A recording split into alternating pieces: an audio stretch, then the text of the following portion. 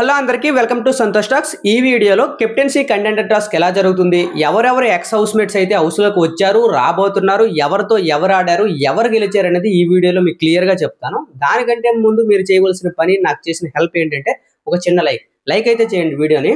ఇక విషయానికి వస్తే ఈ వారం కెప్టెన్సీ కంటెండర్ టాస్క్ ఎలా అవుతుందంటే ఎక్స్ హౌస్ మేట్స్ వస్తున్నారు, వాళ్ళకి వీళ్ళకి పోటీ జరుగుతుంది, వాళ్ళ కంటెస్టెంట్స్ అయితే చూస్ చేసుకుంటున్నారు. సో వాళ్ళు ఎవరు గెలిస్తే వాళ్ళు కంటెండర్స్ అవుతున్నారు, ఓడిపోయిన వాళ్ళు అవుట్ ఆఫ్ ది కంటెండర్స్ అవుతున్నారు కదా. మనం ఆల్రెడీ చూసాం నిన్న ఎపిసోడ్లో పవన్ కళ్యాణ్ అయితే ప్రియాంక గారితో గెలిచి ఫస్ట్ కంటెండర్షిప్ సొంతం చేసుకున్నాడు. ఆ తర్వాత సెకండ్ భరణి గారు గౌతమ్తో ఆడారు. బాగా ఆడినప్పటికీ గౌతమ్ గెలిచేశాడు. భరణి గారికి కొంచెం ఆ స్ట్రెస్ యాంగ్జైటీ దేనివల్ల ఓడిపోయారు, చాలా బాధపడ్డారు. సో ఇప్పుడు నెక్స్ట్ రాబోతుంది ఎవరంటే ప్రేరణ వచ్చి ఎవరిని సెలెక్ట్ చేసుకుందంటే తనూజ గారిని సెలెక్ట్ చేసుకుంది. ఇది ఒక రోప్ అండ్ బాల్స్ టాస్క్ అనమాట.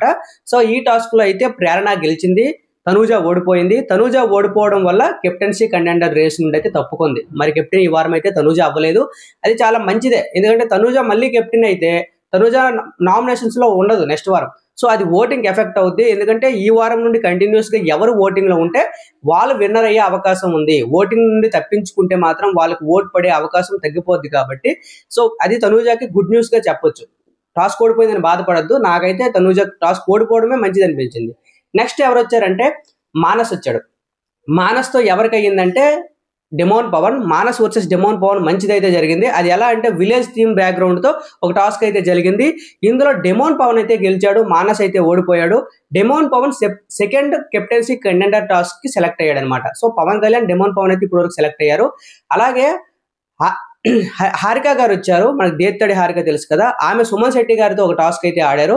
సో సుమన్ శెట్టి గారు ఓడిపోయారు, హారిక అయితే గెలిచింది. ఇది కూడా ఒక రోప్ రిలేటెడ్ టాస్క్ అనమాట.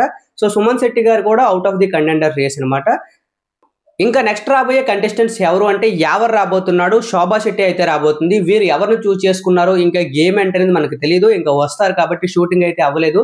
ప్రస్తుతానికి అయితే ఇద్దరు కెప్టెన్సీ కంటెండర్స్ అయితే సెలెక్ట్ అయ్యారు. ఒకటి పవన్ కళ్యాణ్, డెమోన్ పవన్. నాకైతే మిగతా వాళ్ళందరూ ఒకలో ఇద్దరు వచ్చే ఛాన్స్ ఉంది. సో డెమోన్ పవన్, పవన్ కళ్యాణ్ వచ్చిన తర్వాత ఆ కెప్టెన్సీ టాస్క్ ఏది పెడతారో అది చాలా ఇంట్రెస్టింగ్ గా ఉండబోతుంది అనిపిస్తుంది నాకు. వీళ్ళిద్దరి మధ్యన ఏ టాస్క్ పెడితే బాగుంటుంది అంటే థర్మాకోల్ బ్యాగ్స్ లో చుట్టూ రౌండ్ తిరుగుతూ ఉండాలి, ఎంపిటీ చేయాలి కదా, ఫిజికల్ టాస్క్ అది పెడితే బాగుంటుంది అని అనిపించింది. ఎందుకంటే డెమోన్ పవన్ ఉన్నాడు, పవన్ కళ్యాణ్ ఉన్నాడు కాబట్టి టాస్క్ అయితే ఇంట్రెస్టింగ్ ఉండబోతుంది అని అనిపించింది. చూద్దాం ఎలాంటిది పెడతారో.